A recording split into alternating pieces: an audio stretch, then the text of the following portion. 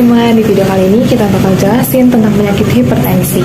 Sebelumnya kita kenalan dulu yuk sama anggota kelompok 3. Halo, perkenalkan saya Dava Devi Rayuri dengan NIM 2019122200001. Saya Niputu Dian Paramita, NIM 2010912320008. Perkenalkan, nama saya Pramesti Regia Kusuma Wardani dengan NIM 2011012220014. Halo, saya Tarsa Aulia dengan NIM 2010912020011. Di video ini kita akan bahas tentang definisi, gejala, faktor risiko, pencegahan, pengobatan, dan analisis isu terkini penyakit hipertensi. Kita mulai dari definisi. Hipertensi merupakan suatu penyakit yang terjadi ketika tekanan darah berada di atas angka normal, yaitu 140/90. Penyakit ini memiliki sebutan lain, yaitu the silent killer. Gejala yang dialami oleh penderita hipertensi secara umum ada 3. Yang pertama ada pusing, yang kedua ada gangguan penglihatan, dan yang ketiga ada sering mengalami sakit kepala.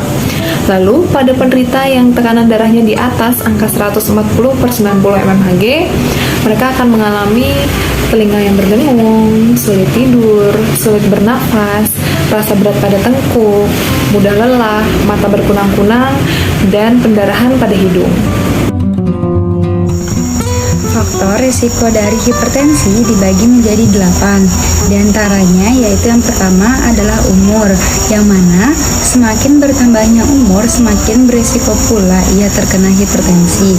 Yang kedua adalah jenis kelamin, yang mana perempuan lebih berisiko terkena hipertensi saat setelah menopause daripada sebelum menopause dikarenakan adanya hormon estrogen yang masih ada.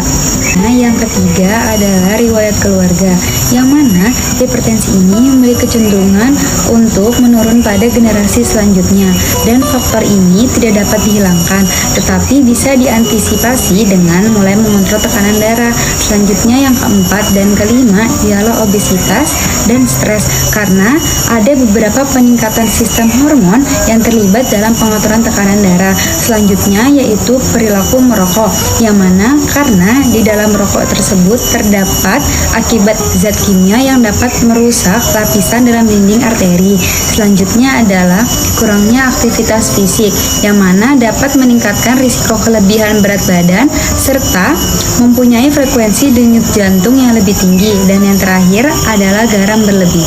Itulah faktor risiko orang terkena penyakit hipertensi. Kemudian, ini adalah pencegahan dan pengobatan hipertensi. Nah, yang pertama itu ada beberapa program dari pemerintah mengenai pencegahan hipertensi. Salah satunya itu adalah program Cerdik, yang mana untuk C itu adalah cek kesehatan secara rutin, itu enyahkan asap rokok, R itu rutin aktivitas fisik, D itu diet yang seimbang, I itu istirahat yang cukup, dan K adalah kelola stres.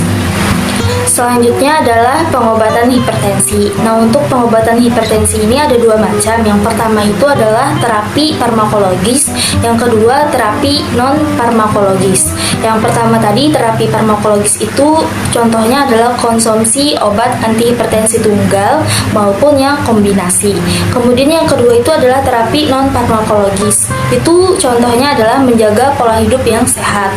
Contohnya seperti diet yang seimbang, hindari asap rokok, tidak merokok, kemudian tidak minum alkohol, dan tidak mengonsumsi garam yang berlebih.